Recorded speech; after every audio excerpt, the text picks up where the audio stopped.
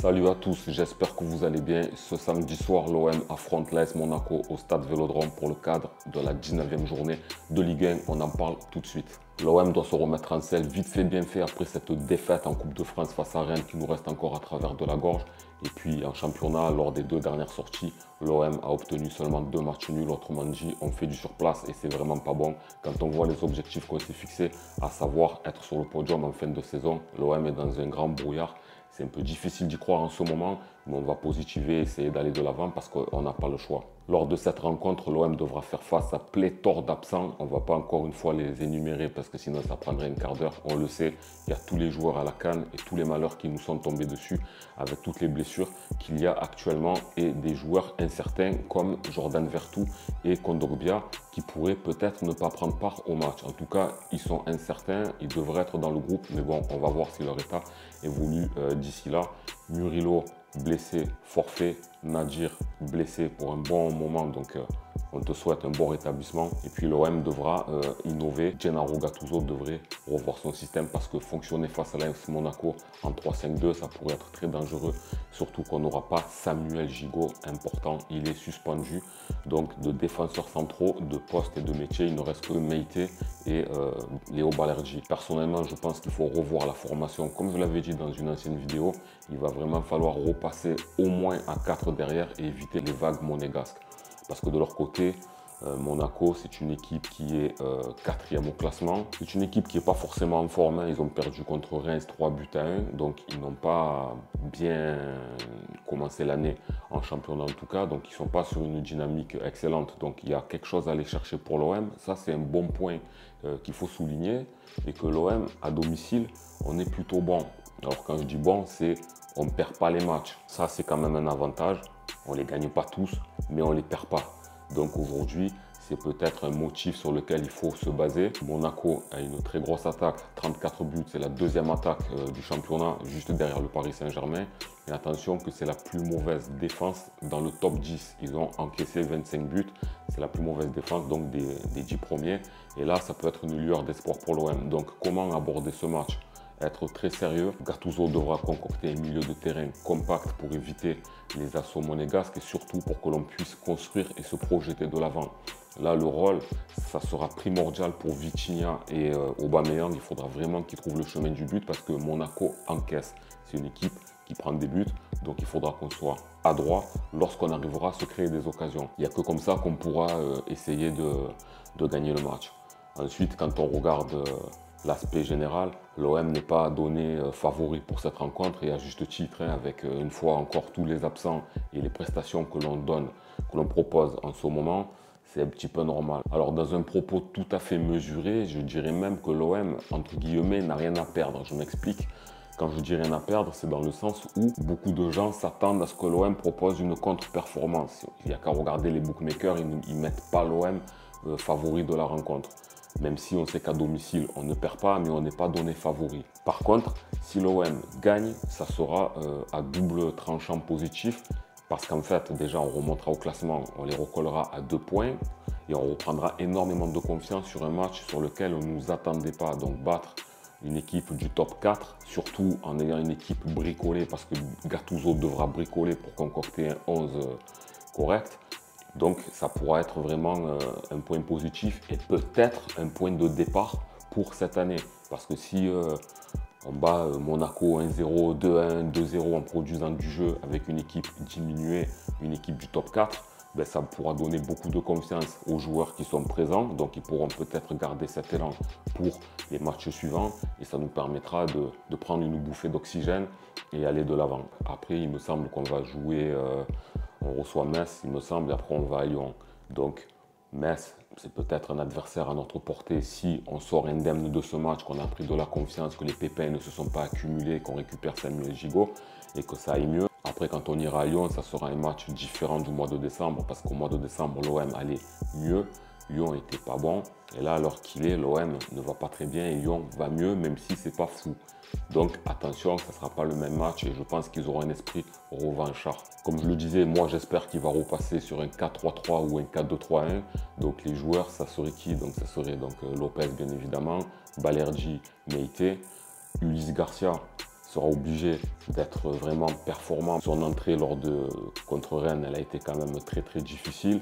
Donc j'ai pas envie de lui tirer dessus, mais il va falloir qu'il monte le niveau parce qu'on l'a fait venir déjà pour être suppléant, mais malheureusement on n'a pas encore acheté notre latéral gauche.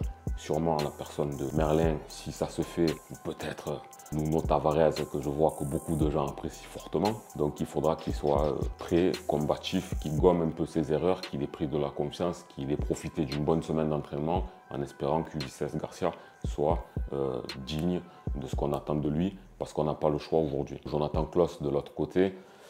Après, bon, si Vertou et Kondogbia, c'est encore incertain, donc il faudra voir comment Gattuso va se débrouiller. Il ne faut pas oublier que Nadir et Murillo ne sont plus là. Il faudra compter sur Jean Onana. Contre Rennes, moi j'ai vu certaines choses positives, mais sur la totalité du match, ce n'était pas encore suffisant. C'est aussi un arrivant, donc il lui faudra encore quelques matchs pour bien s'adapter. Mais malheureusement, les échéances montrent, et la guigne qu'on a en ce moment, qu'on n'a pas le choix. Donc il faudra qu'il soit lui aussi présent et bon sur le terrain, et surtout pour construire l'attaque et qu'il revienne moins en arrière que ce qu'il a fait contre Rennes. Donc il faut qu'il trouve de la confiance et qu'on trouve absolument nos coéquipiers devant. Pour l'attaque, il va falloir que Vitinha il soit beaucoup plus productif, qu'il arrive à enfin trouver le chemin des buts, parce que c'est dans un match comme ça où on aura besoin d'avoir une attaque qui soit carrée, qui marque. On rappelle, Monaco encaisse des buts. Donc Monaco, il faut essayer de les presser au maximum et de conclure les occasions qui seront devant. Pareil pour Aubameyang, un peu trop effacé ces derniers matchs. Il va falloir aussi qu'il redescende, qu'il n'hésite pas à venir chercher les ballons pour créer des occasions. Il va falloir donc qu'il sorte un troisième poumon et qu'il donne de sa personne. Parce que sinon, on sera toujours moyen en attaque. On pourra compter aussi sur le retour de Correa. Là aussi, c'est qui tout double. Correa, depuis le début de la saison, c'est pas ça. Hein. Donc, qu'il soit là ou pas, on n'a pas vu la différence. Là, il a beaucoup été blessé.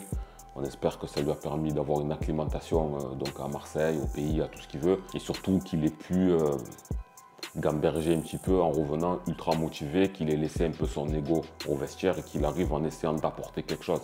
Parce qu'un Correa, aujourd'hui, on en a besoin. On manque cruellement de main-d'œuvre. Hein. Les joueurs, on répète encore une fois, la canne, les blessures.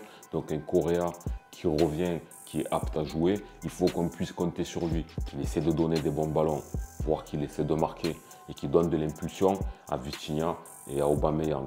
Donc il faut vraiment espérer déjà ne pas perdre, parce que ça nous enlèverait cette invincibilité au Vélodrome, ça nous éloignerait du podium de manière pas acquise, parce qu'il reste encore beaucoup de matchs, mais dans le moral dans lequel on évolue actuellement, ça serait vraiment un très mauvais signal que de perdre cette rencontre.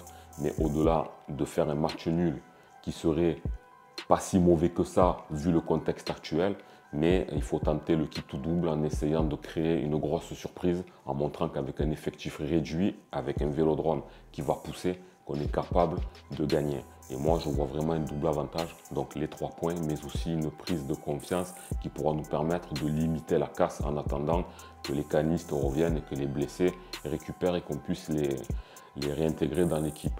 Pas vraiment confiant, mais on est obligé, on aime l'OM, on est supporter et suiveur de l'Olympique de Marseille. Donc on espère vraiment créer un bon match et remporter les 3 points, même si le combat il va être féroce. En ce qui concerne le mercato, l'OM suivrait Giovanni Reina. Bonne nouvelle, c'est un très bon joueur.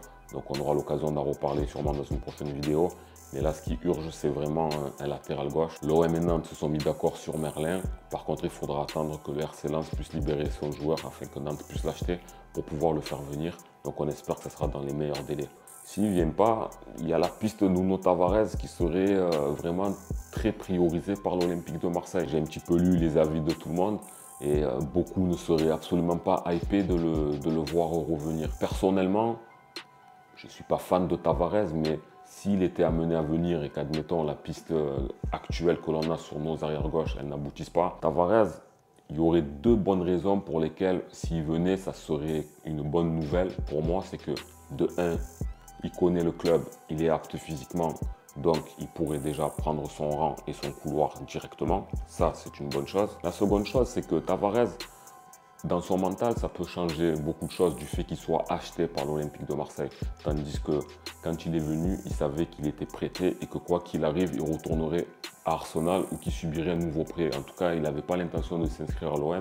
Et là, le fait qu'il soit probablement acheté, Je pense qu'il viendra avec une autre mentalité. Mais bon, c'est un avantage, mais bon, ça prouve que le joueur, dans son mental, il n'est pas forcément carré. Bon, s'il est obligé de revenir, il faudra l'accueillir comme un joueur de l'OM et espérons qu'on retrouve le joueur que l'on a connu lors des 2-3 premiers mois. Il était pas mal, il montrait beaucoup de bonnes choses offensivement, même si défensivement, il avait du mal un petit peu à revenir. Mais bon, si on n'a pas le choix, ben, mieux vaut avoir un Nuno Tavares qu'avoir personne. Je ne sais pas ce que vous en pensez, donc dites-moi, n'hésitez pas à me donner vos pronos dans les commentaires sur, on l'espère, la victoire de l'Olympique de Marseille. Ce que vous pensez un petit peu du mercato. Quant à nous, on se retrouve après le match pour un petit débrief et en espérant 3 points dans les poches de l'Olympique de Marseille. Salut, c'était Karim Diouf. Ciao.